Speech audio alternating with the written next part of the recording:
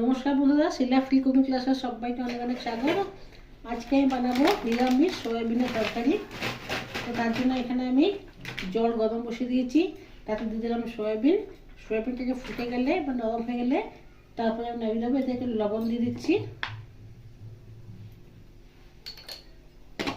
এবার একটু ফোটানো ছেড়ে দেবো। এগুলো সব নরম হয়ে গেছে সয়াবিনগুলো, দেখো। এবার বন্ধ করে দিচ্ছি গ্যাসটা। এবার ছাঁকনির সাহায্যে এই জালিতে সব উঠিয়ে দিচ্ছি।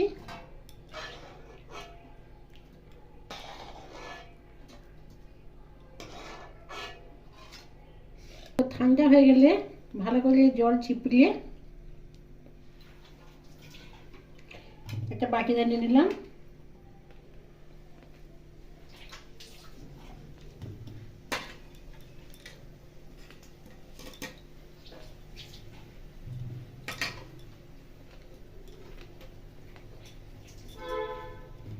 এরপর যা জল আছে ঝরা জল আবার রেখে দেবো। কড়াইতে দিয়ে দেবো তেল, সরষের তেল।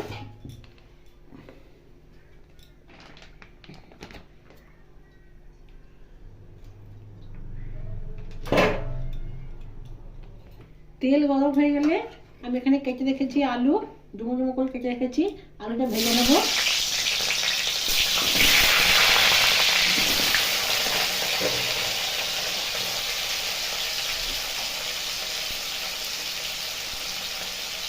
দিয়ে দেবো 1/2 চামচ হলুদ,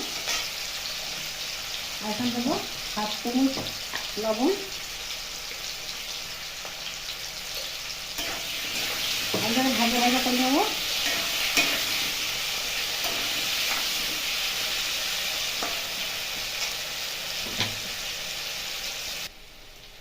আলু এখানে ভাজা হয়ে গেছে, তুলে নেবো।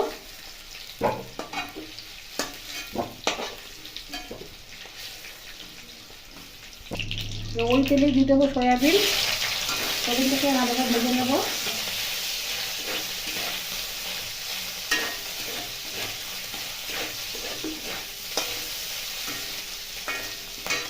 সয়াবিনটা হলে একটু নুন দিয়ে দেবো।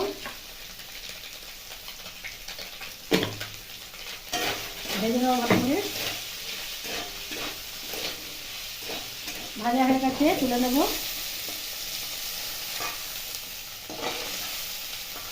এবার কড়াইতে দেবো আর 2 চামচ তেল। এবার ওই তেলের মধ্যে দিয়ে দেবো জিরে, তেজপাতা, একটা শুকনো লঙ্কা, দারচিনি, একটা ছোটো এলাচ, দেবো গোটা ধনে। মশলাটা যখন ভালো সুন্দর গন্ধ বেরোবে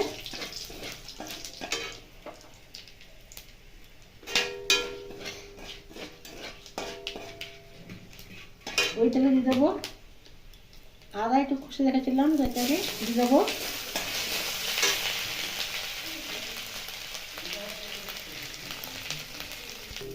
ওই তেলে দিয়ে দেবো একটু হিং। যখন নিরামিষ রান্নাতে একটু হিং দিলে স্বাদ দ্বিগুণে বেড়ে যায়। তবে যা হিং পছন্দ হয় নাই তা নাও দিতে পারো। সব মশলাগুলো ভালো করে ভাজা হয়ে গেলে দেবো ওতে টমেটো ওখানে বেঁচে রেখেছি, দিয়ে দিলাম।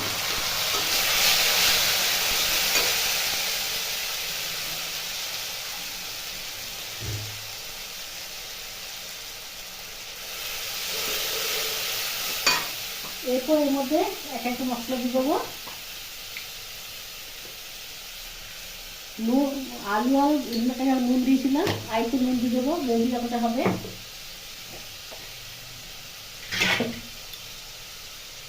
দেবো এখানে 1/4 চামচ হলুদ,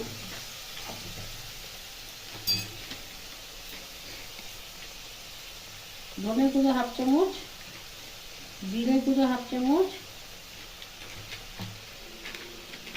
কাশ্মীরি লঙ্কা গুঁড়ো 1/2 চামচ। এটা ঝাল হবে না, খালি রঙের জন্য।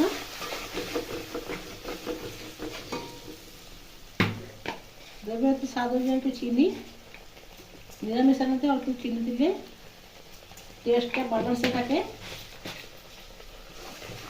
এতক্ষণ মশলা তেল না বেরোচ্ছে একটু কষে নেবো।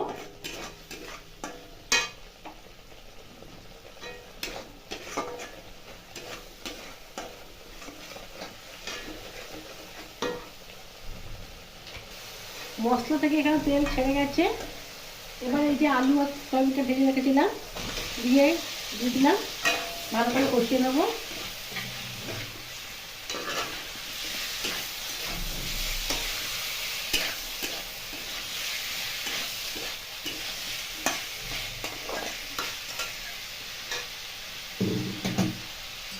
দু মিনিট কষানোর পরে দেবো এতে গরম জল।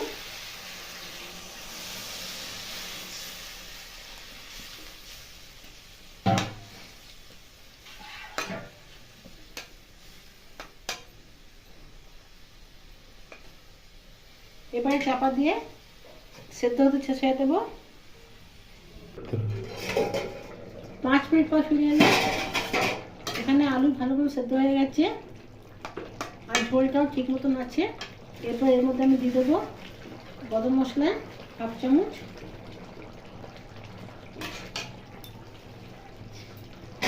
কাঁচা লঙ্কা আর দেবো ওখানে 1/2 চামচ ঘি।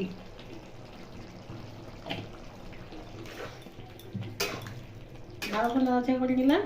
তৈরি হয়ে গেল এখানে আমার নিরামিষ মিলমেকার আলু তরকারি।